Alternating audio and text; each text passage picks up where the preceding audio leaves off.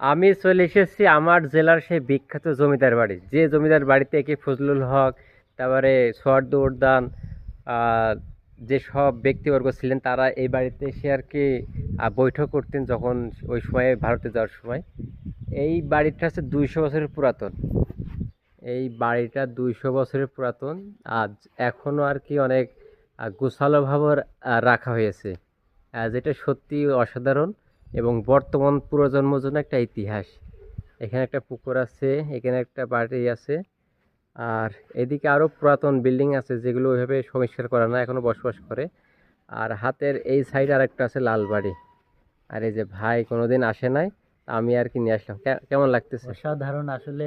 আমাদের এই জেলার মধ্যে এত সুন্দর পুরাতন ঐতিহ্য রয়েছে, তো আসলে আমি জানতাম না।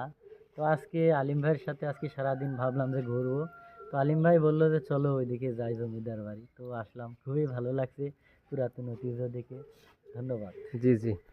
তো আপনারাও আসবেন, নিজের জেলার সৌন্দর্য সবার সামনে তুলে ধরবেন গৌরবের সাথে। আমি মনে করি যে আমার জেলা একটা গৌরব একটা জায়গা। তো আপনারা সবাই আসবেন, দেখবেন এবং সবার সামনে তুলে ধরবেন।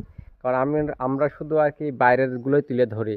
আর যেমনটা আমি 18টা জেলা শেষ করে আসলাম, তো সেই জায়গা থেকে আমি সুযোগ পেয়ে ভাইয়ার আমি চলে আসলাম।